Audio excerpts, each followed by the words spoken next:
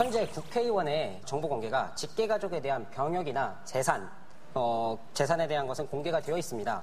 그래서 자녀의 병역 비리라던가 재산 문제에 대한 검증이나 의혹들을 국민들이 누구나 쉽게 찾아보고 그런 것들을 제시할 수 있고 공론화가 되며 후보자 검증을 할 수 있습니다.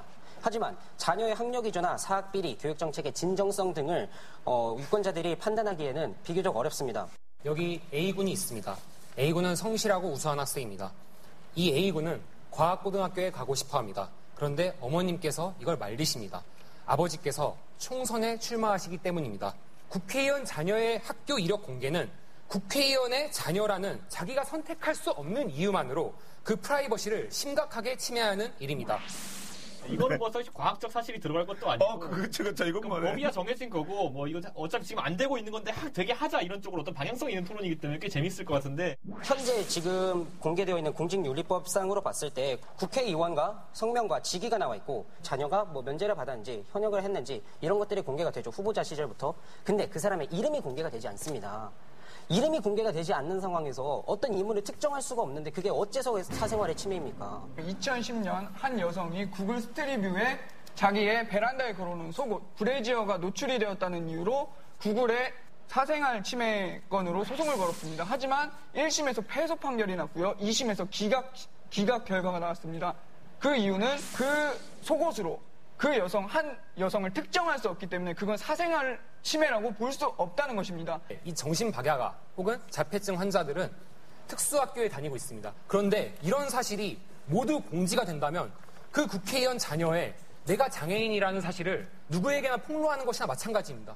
실업계 고등학교 혹은 상업계 고등학교를 다니는 것도 마찬가지입니다. 그 얼마나 비극적이고 또 인권 침해적인 일이겠습니까? 인천 부평구에서 19대 국회의원 후보 8명이 출마했습니다. 그중 4명의 국회의원 그 자녀의 그 부모가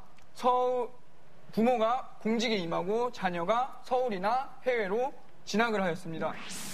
8명 중에 4명이라는 수치, 이런 수치들은 보면 딱 듣는 순간, 충격적인 수치잖아요. 그죠, 반인데, 반. 굉장히 잘 준비한 수치예요, 저런 것들은. 네. 딱 보는 순간 와닿는. 그런데 표현하는 데 있어서 약간 아쉬움이 있는. 하루 버벅인다는 그런. 이 사실에 대해서 부평 주민들은 그 부평의 교육정책을 얘기하는 국회의원이 진정성이 심히 의심스럽다고 밝혔습니다. 부모는 부모고 자식은 자식이 아닙니까?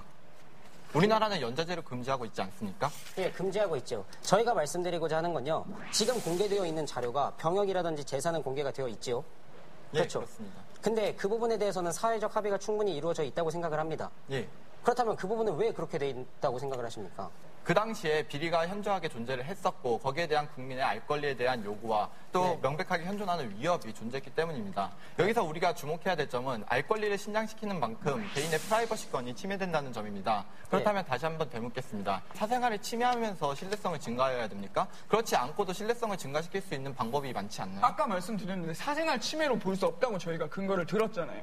네. 예. 사생활 침해가 아니라고 저희는 말씀드리고 개인을 특정할 수 있어야 하는데 학교 공개를 통해서 그 학교를 통해서 누군지 알 수 없다는 것입니다. 저희가 여기서 논의하고 싶은 것은 단지 국회의원의 아들이라는 이유만으로 국회의원의 딸이라는 이유만으로 자기가 결정할 수 없는 사안을 가지고 자기의 가장 내밀한 분야인 학력이라는 것을 모든 국민에게 까발려져야 된다는 것. 이것이 얼마나 인권 침해적인 일입니까? 자녀라는 게 무조건 국회의원과 완전히 결부되어 있는 것은 아니지만 방금 말씀하셨듯이 굉장히 밀접하고 정책을 결정하는 데 있어서 큰 작용을 할 수 있는 건 분명 사실입니다.